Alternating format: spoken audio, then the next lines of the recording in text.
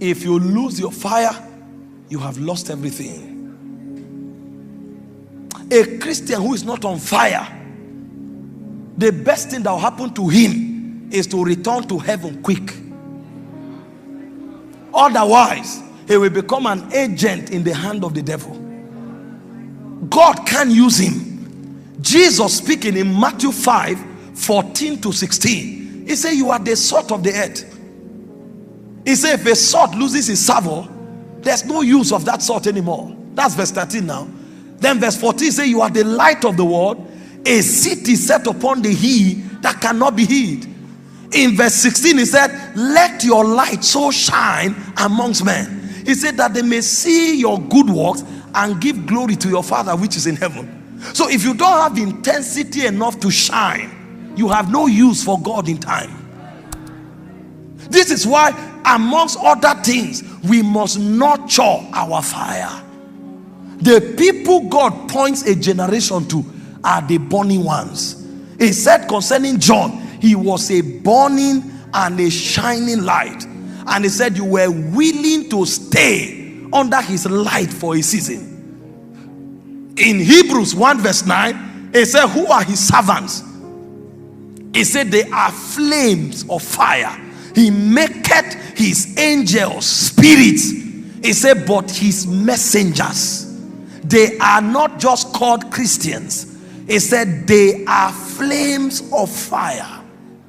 I'm talking about passion for God that nothing can take away. See, when you get to that point where you don't pray because there's prayer meeting, something is pulling you to God's presence. That's the Christian life. The Christian life is not, I'm part of a group, I'm part of a religion. This week we are fasting. This week we are praying. No, a Christian life is divinity expressed through humanity. And so there is so much intercourse with God that an appetite is formed. That appetite makes you feel sick if you have not encountered God. That appetite makes you feel sick if you have not done something for God. That's the passion. In John 2:17, Jesus said, the zeal of my Father's house, he said, it has consumed me. But these are some of the hardest things for Christians to preserve, because we don't know the value of fire. If you read the Bible, you will discover that any sacrifice God accepts, the sign that he accepts it is that he releases his fire on it. That means you have no value in God's realm if you are not on fire.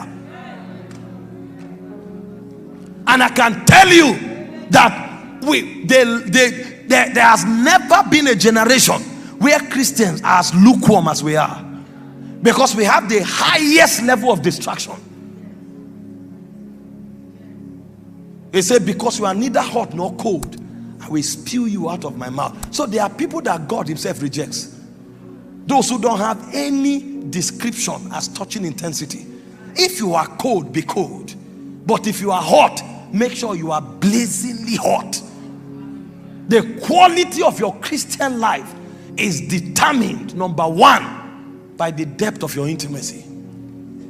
The quality of your Christian life is determined, number two, by the quality of your revelation. See, every subject that your life has a part to play in, make sure you settle down and have acute understanding as far as scripture is concerned. Don't be assuming about significance. Some people, even matters like marriage, they don't know God's will for marriage. Matters like calling, they don't know God's will for calling.